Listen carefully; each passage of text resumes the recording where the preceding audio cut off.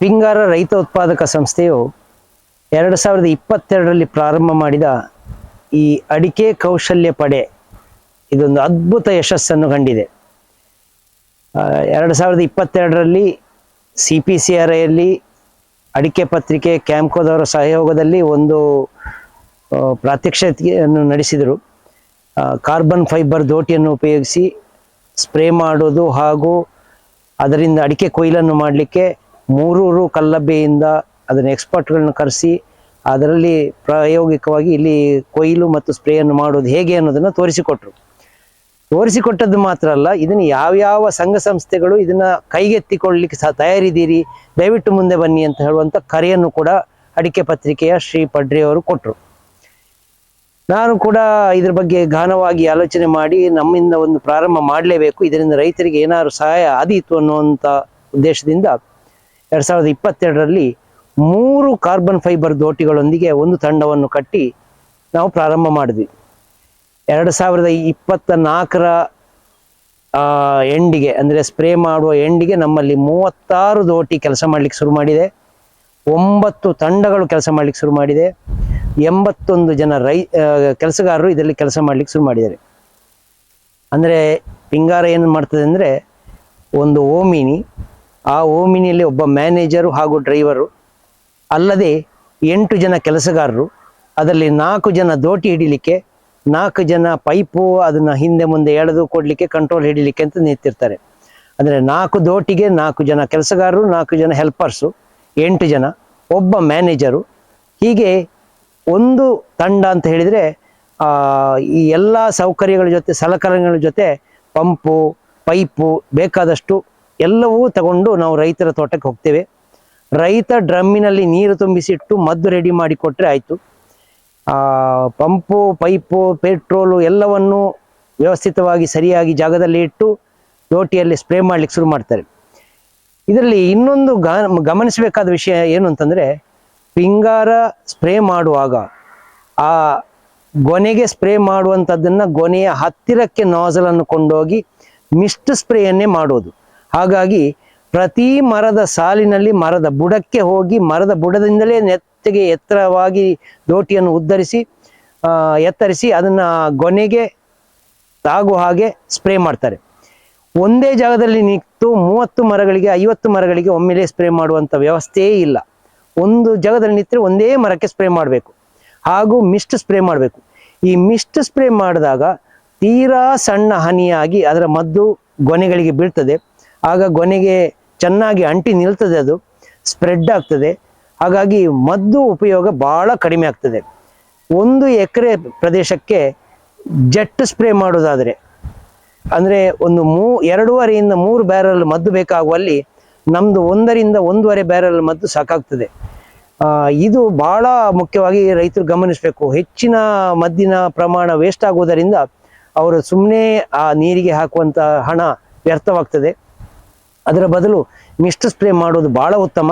Mist spray ಮಾಡಿದಾಗ ಮದ್ದು ಮುಗಿಯುವುದು ಕಡಿಮೆ ಮತ್ತು ಆ ಮರಕ್ಕೆ ಹೋಗ್ತಾರೆ. ಹಾಗಾಗಿ ಎಲ್ಲ ಗೊನೆಗಳಿಗೂ ಸ್ಪ್ರೇ ಆಗಿಯೇ ಆಗ್ತದೆ. ಇದು ಭಾಳ ವಿಶೇಷವಾದಂಥ ವಿಷಯ, ಇದನ್ನು ಗಮನಿಸಲೇಬೇಕು. ಒಂದು ಕಡೆ ನಿಂತು 20-30 ಮರಗಳಿಗೆ ಸ್ಪ್ರೇ ಮಾಡಿದಾಗ ಒಂದು ಮರಕ್ಕೆ 2 ಕಡೆಯಿಂದ 3 ಕಡೆಯಿಂದ ಅಥವಾ 4 ಕಡೆಯಿಂದ ಸ್ಪ್ರೇ ಬೀಳ್ಬೋದು. ಹಾಗೆ ಪ್ರತಿ ಸಲವೂ ಅದು ತೊಯ್ದು ಅದು ಸುಮ್ಮನೆ ನೆಲಕ್ಕೆ ಬೀಳ್ತದೆ ಮದ್ದು. ಅದರ ಬದಲು ಮಿಸ್ಟ್ ಸ್ಪ್ರೇ ಮಾಡೋದು ಭಾಳ ಉತ್ತಮ. ನಾವು ಪಿಂಗಾರದಿಂದ ಸ್ಪ್ರೇ ಮಾಡುವಾಗ 10 ರೂಪಾಯಿ ಮರಕ್ಕೆ ಚಾರ್ಜ್ ಮಾಡ್ತಾ ಇದ್ದೀವಿ. ಇದರಲ್ಲಿ ಸ್ಪ್ರೇ ಮಾಡುವ ಖರ್ಚು ಮಾತ್ರ, ಅಂದರೆ ಮದ್ದು ರೈತನೇ ತಯಾರಿಸ್ಕೊಡ್ಬೇಕು, ಅದು ರೈತನ ಖರ್ಚಿನಲ್ಲಿ ಬರ್ತದೆ. ಹಾಗೂ ಬರುವಂಥ 9 ಜನರಿಗೆ ಊಟ ತಿಂಡಿಯ ವ್ಯವಸ್ಥೆ ಮಾಡಿಕೊಡ್ಬೇಕು. ಇಲ್ಲಿ ನಾನೊಂದು ರಿಕ್ವೆಸ್ಟ್ ಮಾಡುವಂಥದ್ದು, ಮುಖ್ಯವಾಗಿ ರೈತರು ಇದ್ರ ಬಗ್ಗೆ ಖಂಡಿತ ಗಮನ ಕೊಡಬೇಕು. ಪಿಂಗಾರ ಅನ್ನೋದು ರೈತ ಉತ್ಪಾದಕ ಸಂಸ್ಥೆ, ಇದು ರೈತರಿಗೋಸ್ಕರ ಇರುವಂಥದ್ದು.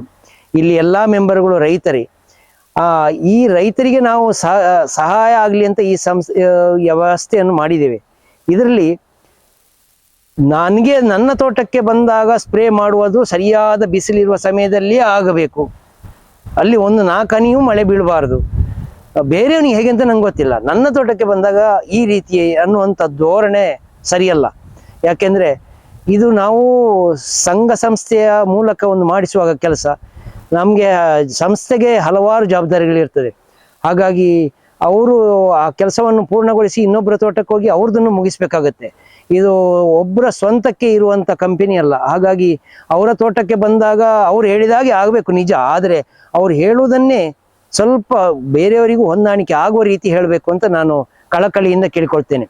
ಯಾಕೆಂದ್ರೆ ನಮ್ಗೆ ಇದು ಆಗಿರುವಂತ ಅನುಭವ, ಮಳೆ ಬಿದ್ದರೆ ಮಳೆ ಬೀಳ್ತಾ ಇದ್ದದ್ದು ಪೂರ್ಣ ನಿಲ್ಬೇಕು, ಬಿಸಿಲು ಕಾಯಬೇಕು, ಅದು ಒಣಗಬೇಕು ಅಂತ ಕಾಯ್ತಾರೆ.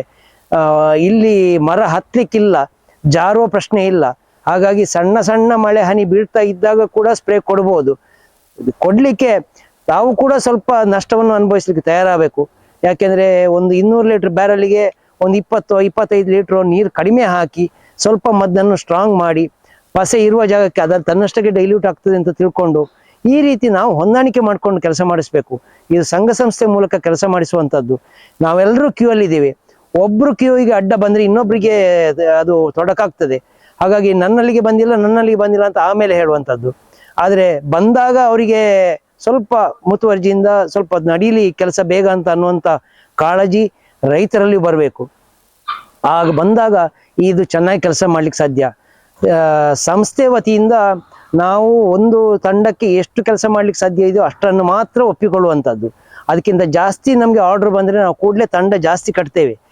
ಈಗ ನಮ್ಮಲ್ಲಿ ಒಂದು ತಂಡದಿಂದ ಪ್ರಾರಂಭ ಆಗಿ ಶುರುವಿನ ವರ್ಷ ಮುಗಿಯುವಾಗ 3 ತಂಡ ಇದ್ದದ್ದು 2ನೇ ವರ್ಷ ಮುಗಿಯುವಾಗ 6 ತಂಡ ಆಯಿತು. ಅದೇ ಕಳೆದ ವರ್ಷಕ್ಕಾಗುವ 9 ತಂಡ ಮಾಡಿದ್ದೀವಿ ನಾವು. ಪ್ರತಿ ತಂಡದಲ್ಲಿಯೂ ಇದೇ ರೀತಿ ನಮಗೆ ಎಷ್ಟು ಕೆಲಸ ಸಿಕ್ಕಿದ್ರೂ ಒಳ್ಳೆಯದೇ. ಆದರೆ ಅದೇ ರೀತಿ ಕೊಯ್ಲಿಗೂ ಕೂಡ ಆರ್ಡರ್ ಕೊಡಬೇಕು. ಮದ್ದು ಬಿಡಲಿಕ್ಕೆ ಮಾತ್ರ ನಮ್ಗೆ ಅವ್ರು ಬರಲಿ, ಕೊಯ್ಲು ನಾವು ಬೇರೆ ಮಾಡಿಸ್ತೀವಿ ಅಂದರೆ ನಾವು ಹೇಗೆ ಕೆಲಸಗಾರನ ಇಟ್ಕೊಳ್ಳೋದು? ಹಾಗಾಗಿ ಇದು ಒಂದು ನನ್ನ ಕಳಕಳಿಯ ವಿನಂತಿ. ಕೊಯ್ಲು ಮಾಡಿಸಿ, ಸ್ಪ್ರೇ ಮಾಡಿಸುವವರು ಕೊಯ್ಲು ಬಿಡಬೇಡಿ. ಯಾಕೆಂದರೆ ನಾವು ವರ್ಷ ಪೂರ್ತಿ ನಮ್ಮ ಈ ಕೆಲಸಗಾರರಿಗೆ ಕೆಲಸ ಕೊಡಬೇಕು. ಅದು ಕೆಲಸ ಇಲ್ಲದೆ ಇರುವ ಸಮಯ ಅನ್ನೋದು ಇದೆ. ಆವಾಗ ನಾವು ಅವರಿಗೆ ಸಂಬಳ ಕೊಟ್ಟು ಇಟ್ಕೊಳ್ಬೇಕಾಗುತ್ತೆ. ಮಳೆ ಬಂದರೆ ಈ ಕಳೆದ ವರ್ಷದ ನಮ್ಮ ಪರಿಸ್ಥಿತಿ ಏನಾಗಿತ್ತು ಅಂದರೆ ಒಂದು ದಿವಸಕ್ಕೆ ನಮಗೆ 70-80 ಸಾವಿರ ರೂಪಾಯಿ ಖರ್ಚಿದೆ. ಇಲ್ಲಿ ಅಂಥದ್ದು 10-15 ದಿವಸ ಜನ ಇಲ್ಲಿ ಕೂತಿದ್ದಾರೆ. ಮಳೆ ಆ ರೀತಿ ಬಂದಿದೆ ಕಳೆದ ವರ್ಷ. ಆದರೆ ಅದು ನಷ್ಟ ಅಂತ ನಾನು ಹೇಳ್ತಾ ಇಲ್ಲ, ಆ ರೀತಿ ತೊಡಕುಗಳು ತೊಂದರೆಗಳು ಇದೆ.